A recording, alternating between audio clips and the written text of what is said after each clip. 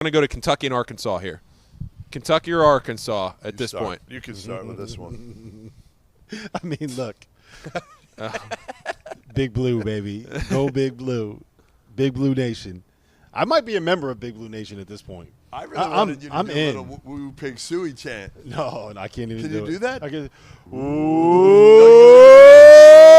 Pig Suey! I can do the chant. Can you do it with the hands? I just don't think they're. I just don't think. come on. I'm very much. If I had any Arkansas stock, it's been sold. Wow, look at you. It's been sold. Wait, you're completely out on Arkansas. It's been sold. I am out on Arkansas being an SEC title contender and being a national title contender. 2 weeks ago, this is no lie, Rob Dosser was trying to convince himself. Not me. He was trying to convince himself that DJ Wagner could be DeJuan Harris. Yes. Remember that? Yes. Not quite. I've said I still firmly believe that, because look, I think DJ Wagner has the ability to be a good on-ball defender. And I do think that there is a creative passer in there. I think he's a guy I'll that can give be you a number facilitator. one, not number two out of that argument. But the problem is he is in a backcourt with a guy who might be a better scorer and a better passer and a better point guard in Boogie Fland in the same grade. And I would make the argument that Nelly Davis is probably the best college basketball player for this season out of anyone in that backcourt. He's just got to get healthy. And that's the one thing I'll say is Nelly, okay, he missed a lot of time in the preseason, and it's going to take time. You know this. For Cal and Nelly to get on the same page. If they do. The bigger issue more than anything, like, we can say whatever we want about DJ Wagner. We can say whatever we want about Boogie Fland. We can say whatever we want about Mark Pope, about Kentucky, about Otega Oweh, about how good Andrew Carr was. Like, I don't care about any of that. Yep. The biggest problem is that Arkansas still has a dude coaching them that thinks that running out a bunch of freshmen and running the same sets that he ran for John Wall and Eric Bledsoe is going to work in the year of our Lord 2024. It's not going to work. Like, I don't know why I said this. He's out. He's out. I said this on Friday night. Last Friday when Arkansas lost to Baylor, I said this. I am so mad at myself for talking myself into the idea that John Calipari was going to do something different.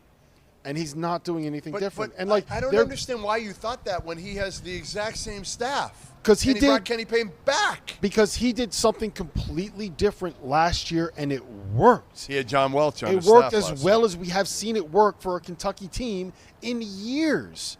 So, like, why wouldn't you lean back into it? Why would you go back to do the stuff that got you upset by St. Peter's in the first round? And they understand that they lost to Oakland last year, right? And that's what happens when you have – the guy I forget from the Tommy original Boy. Argument already. Kentucky or Arkansas? Kentucky or Arkansas. Look, I'll say this about Kentucky. Like, I'm out of – Arkansas will be fine. They have enough talent to beat the teams they're supposed to beat. They're probably going to make the tournament. They're probably going to win 25 games. They'll be fine-ish, right? But I thought Andrew Carr was so good against Duke. I thought the plays that Lamont Butler made defensively were so impressive. I think that Amari Williams is a guy that brings an entirely different dynamic in terms of the way that they play. Kobe Brea made some big shots for him. Like, it just – Kobe Brea's got to defend too at some point. But like I don't know if I'm ready to say that Kentucky is a top 15 team in college basketball yet, right? But I think that with the way that they play, the way that Big Blue Nation is rallying behind Mark Pope, the personality that he has, the way that he allows those players to take ownership of that program, Kentucky's going to be just fine. They're going to make the tournament. They're going to probably make the second weekend. I think that their arrow is pointing up. Like, look at this. He's already got them in the second weekend. How about this? I think they're going to be a top 4 seed in the NCAA tournament. Calipari was a top 4 seed plenty and didn't get to the second weekend lately. So, listen, to me, I fight myself with this one because, again, Arkansas, you see what they could be. Now, again, they don't have a point guard. Boogie Fland's not really a point guard. He's a scorer. Goodman, the Cal apologist, is showing. No, I'm not. I'm talking myself. I'm talking my way through this right now. Okay, I'm talking my way through it. Boogie Fland can get better as a point guard. DJ Wagner is not a point guard. John L. Davis is not a point guard. They're ball-dominant guards. That's what they are. They're bigs. Yeah, he's got a bunch of them. Big Z is certainly talented and he's gotten better defensively, but, he's still got a long way to go.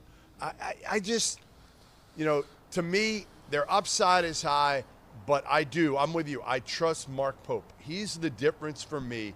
And I think if you look at their offense, you saw it the other night, right? They move the ball. They have guys like Lamont Butler that make the right play, that make life easier for whether it is Andrew Carr or Amari Williams or somebody. You look at Brandon Garrison making that three at the end of the game. He's wide open. They have enough weapons, and I just think here's what I think might be the difference. I think both new coaches, new teams, I think it's a chemistry might be the biggest difference, and I think Mark Pope is the guy who's going to provide. He's going to be around his team. He's going to make sure they have chemistry and culture quicker than John Calipari, who I think is motivated again, but not at the same level that Mark Pope is. Right up the